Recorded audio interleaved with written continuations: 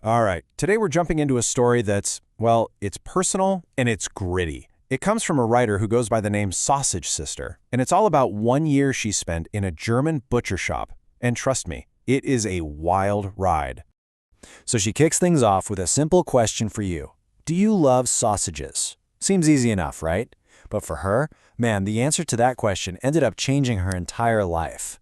Yeah, because this isn't just some foodie blog post.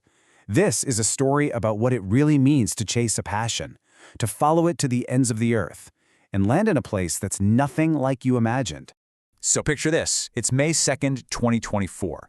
You've got this Japanese woman. She's only 153 centimeters tall. That's just over 5 feet. And she's walking into the heart of traditional German butchery. This is day one of her apprenticeship. And the contrast is just wow. You have the Meister, the master butcher, right? He's huge, over 180 centimeters, built like an athlete. Super intimidating. And then there's her, small, Japanese, and just stiff with anxiety. You could just feel how out of place she felt. So that dream of making beautiful sausages, yeah, it hit a brick wall. Hard. The romantic vision she had was about to get replaced by something way, way more intense. Okay, just try to put yourself in her shoes for a second. The noise is insane. Saws screaming in your ear like you're at the dentist. Then, bam, a slab of meat, literally her size, gets slammed down. And before you can even process that, wham, another one. It's just a constant assault on all your senses. You know, it's one thing to be tired, but this was something else. This was just pure, soul-crushing despair. She's literally asking herself, am I even going to make it home today? And get this, the day wasn't even over. At the end of all that, she had what she called the cleaning sauna.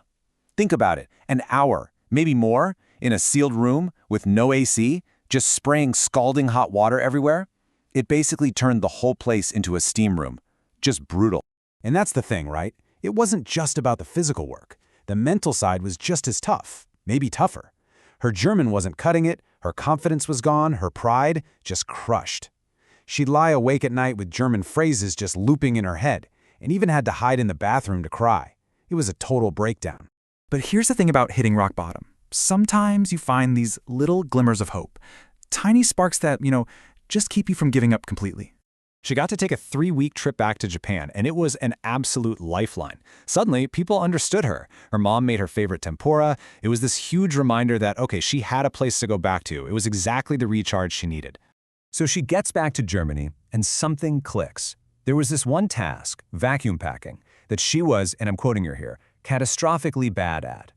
But after 3 months, she finally got the knack. And then, this is huge, she overhears her boss say, she's really good at this. Can you imagine hearing that after everything she'd been through? Okay, so things are getting better, but she still has this major problem. How do you learn and improve when you're terrified to ask for help? Her bosses are always busy, and she just can't bring herself to interrupt. It's a classic catch-22. And then she figures out this new strategy. It's so simple, but it's kind of genius. She decided, okay, I'm not going to ask during the crazy workday. I'm going to wait until it's all done. Such a small change, but it was about to lead to something amazing. The result? This is just awesome. Her boss sees what she's doing, and he makes her a handmade products identification file. He literally made a custom guide for her. And then he says, Ich arbeite mit dir sehr gern, which means, I really like working with you. Wow. Talk about a breakthrough moment. So she's finally feeling like she belongs, right? She's found a real mentor. And of course, that's when everything goes wrong. The story takes this really sudden, really painful turn. Her boss, the one who made her the guide, he just disappears. The first week, she's thinking, okay, maybe he's sick. The second week, the worry starts to creep in. And by the third week, she gets the news. He's not coming back. Just like that. Gone. She's obviously devastated, feels totally betrayed. But it's her roommate who really helps her through it. Her roommate gets furious on her behalf, saying stuff like, if I find him, I'll bring him here so you can punch him in the gut.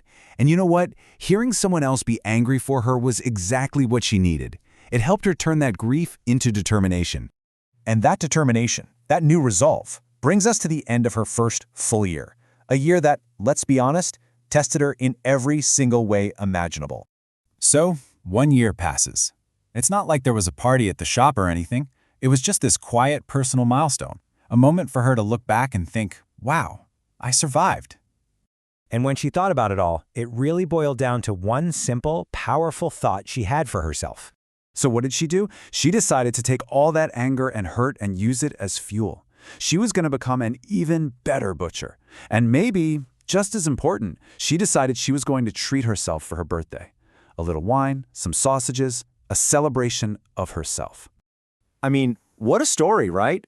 It's such a powerful look at resilience, how the hardest things we go through can totally forge us into someone new. And it kind of makes you think, doesn't it? What if you survived that made you stronger?